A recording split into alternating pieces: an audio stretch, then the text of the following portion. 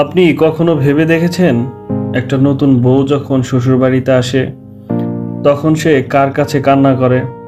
মা নেই পাশে, ভাই নেই, চেনা মানুষও কেউ না। সে চুপ করে থাকে, হাসে, সবার খেয়াল রাখে। এই গল্পটা একজন রিমির, যার চোখে ছিল জল আর মনে ছিল হাজারটা প্রশ্ন, শুধু ছোট ছোট কিছু ভুলের কারণে। পুরো ভিডিওটি দেখুন, হয়তো আপনি নিজেও কখনো এমন কষ্টের ভিতর দিয়ে গেছেন। রিমির মাত্র 18 বছর বয়সে বিয়ে হয়। একটা গ্রাম থেকে শহরে আসা, অচেনা পরিবেশ, নতুন মানুষ। রিমির অনেক বেলা পর্যন্ত ঘুমানোর অভ্যাস। সে 9টা পর্যন্ত ঘুমিয়ে থাকে। বাড়ির সকল কাজ তার শাশুড়ি একা করতে থাকে। ননদের স্কুল, আদনানের অফিসের ব্যাগ গোছানো, সব কাজ তার শাশুড়ি একাই পেরে ওঠে না। রিমির শ্বশুর সবাইকে বারণ করে, বলে রিমিকে আরো সময় দাও, আস্তে আস্তে সব বুঝতে পারবে। কেউ কিছুই বলে না রিমিকে। রিমিও ব্যাপারগুলো গায়ে না মেখে তার মতো চলতে থাকে। একদিন রিমির ননদ খেয়াল করে তার মা ভোরবেলা থেকে রান্না এবং ঘর গোছানোর কাজ করে যাচ্ছে আর রিমি ঘুমাচ্ছে। তখন রিমির ননদ তাকে ডেকে তোলে আর বলে, এত বেলা পর্যন্ত ঘুমাচ্ছ কেন? রিমির ননদ রাগ নিয়ন্ত্রণ করতে না পেরে অনেক বাজেভাবে অপমান করতে থাকে। রিমি কিছুই বুঝতে পারে না। সে তার মাকে কল করে বকাঝকার ব্যাপারটি বলে। তার মাও কিছু না বুঝে মেয়েকে সান্ত্বনা দেয় এবং সেদিনই মেয়ের কাছে চলে আসে। সবাই নর্মালভাবে কথা বলতে থাকে সবার সাথে। রিমির মা ছিল বুদ্ধিমান, তাই সে কাউকে কিছু বলে না। পরের দিন সকালে রিমির মা দেখে রিমি ঘুমাচ্ছে, রিমির শাশুড়ি রান্না করছে। এটা দেখে সেও তার সাথে কাজে হাত দেয় আর ভাবে রিমি মনে হয় অসুস্থ, তাই সে এত বেলা পর্যন্ত ঘুমাচ্ছে। রান্না শেষ করে খাবার টেবিলে সবাই একসাথে খেতে বসে। রিমির মা রিমিকে বলে, রিমি, তুমি যে অসুস্থ এটা তো আগে বলো নাই। রিমি বলে, আমি অসুস্থ এটা কে বলেছে? তখন রিমির মা বলে, তুমি অসুস্থ না হলে সকাল 9টা-10টা পর্যন্ত ঘুমাচ্ছ কেন? তখন রিমি লজ্জা নিয়ে নিচু হয়ে বলে, আমি তো আগে থেকে 9টা-10টা পর্যন্তই ঘুমাই। রিমির মায়ের আর বুঝতে বাকি থাকে না। তার তখন খাবার শেষ করে।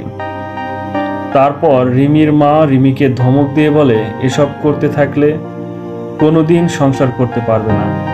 এটা তোমার সংসার, তোমার মতো করে সাজাও, সবাইকে ভালোবাসো আর সবার ভালোবাসা অর্জন করো। এই সব দায়িত্ব তোমাকেই নিতে হবে, আর কোনো অভিযোগ করার সুযোগ নেই। রিমির মাও বুঝতে পারে সবকিছু আগে থেকেই বুঝিয়ে বলা দরকার ছিল। কিছুটা দেরি করে ফেলেছে, আর রিমিও কিছু ভুল করে ফেলেছে। সে ভালো করে বুঝিয়ে তার নিজ বাড়িতে চলে যায়। স্কুল থেকে রিমির ননদ বাসায় এসে চা খেতে চায় রিমির কাছে। চা দেবার সাথে সাথেই বলে, এমন করে কেউ চা বানায়? রিমি বুঝতে পারে কিছু ভুলের কারণে এখন ভালো কাজও কারো ভালো লাগবে না। তাই সে তার মায়ের কথা মতো চুপ থাকে আর কাজ করতে থাকে। এভাবে বেশ কিছুদিন চলে যায়। এখন সব কাজ রিমি একা করতে থাকে, অনেক কষ্ট করতে থাকে। ভোর থেকে কাজ শুরু করে।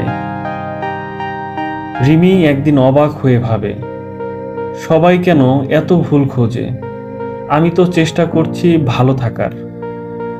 একদিন রান্না করতে গিয়ে হাত পড়ে যায়। কেউ পানি দেয় না, বরং বলে, আহা, নতুন বউরা তো নাটক করতে জানে। রিমি রাতে কাঁদে, মাকেও ফোন করে না, যেন মা কষ্ট না পায়। চুপ করে নিজেই শুয়ে যায়। আসলে একটা মেয়ের বিয়ের পর শুধু বাড়ি বদলায় না, বদলায় তার পুরো পৃথিবী। এবং সবচেয়ে কঠিন কাজ হলো অচেনা জায়গায় আপন হয়ে ওঠা। দিন যায় কিন্তু ভালোবাসা আসে না। রিমি নিজেকে দায়ী করে, হয়তো আমার মধ্যেই সমস্যা।